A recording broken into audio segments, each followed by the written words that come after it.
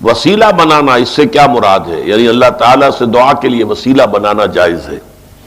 وسیلے کی ایک شکل ہے کہ اللہ میں واسطہ دیتا ہوں تجھے تیرے نبی اور محبوب محمد کا صلی اللہ علیہ وسلم کہ میری یہ دعا قبول فرما لے۔ یہ کوئی شرک وغیرہ نہیں ہے۔ اگرچہ اہل حدیث حضرات کا موقف یہ ہے کہ وسیلہ اور واسطہ دعا میں صرف زندہ شخصیتوں کو بنایا جا سکتا ہے، فوت شدگان کو نہیں۔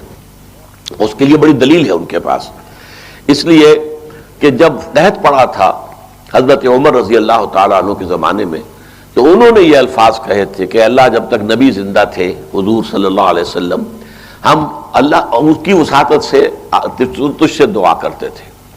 اب وہ تو ہمارے اندر نہیں ہے، ہم حضور کے چچا عباس کو پیش کر رہے ہیں، ان کے وسیلے سے ہم دعا کر رہے ہیں کہ ہماری اس تکلیف کو دور فرما دیں۔ تو گویا کہ توسل جو ہے دعا میں وہ تو ثابت ہو گیا، اور اس لیے اس کو تو شرک کہنا جو ہے وہ تو پھر کوئی اگر کہتا ہے تو بہت بڑی زیادتی ہے۔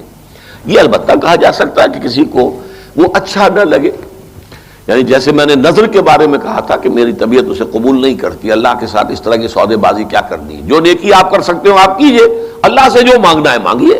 ان دونوں کو انٹرلنک نہ کیجئے کہ اللہ یہ کام میرا ہو جائے گا تو میں یہ 100 نفل پڑھوں گا، یا یہ ہو جائے گا تو میں اتنے غریبوں کو کھانا، یہ کام نہیں، یہ درست نہیں ہے، اگرچہ جائز ہے لیکن بس میری طبیعت اسے پسند نہیں کرتی۔ اسی طرح کا یہ معاملہ توسل جو ہے میں یہ سمجھتا ہوں کہ اللہ سے براہ راست مانگیے۔ کسی بھی ہستی کا یہ مقام نہیں ہے کہ اللہ تعالیٰ سے کسی درجے میں وہ بالا تر ہو اور اس کے حوالے سے کوئی بات کی جائے تو وہ ٹال نہ سکے، معاذ اللہ۔ البتہ یہ کہ اس کو شرک یا حرام نہیں کہا جا سکتا۔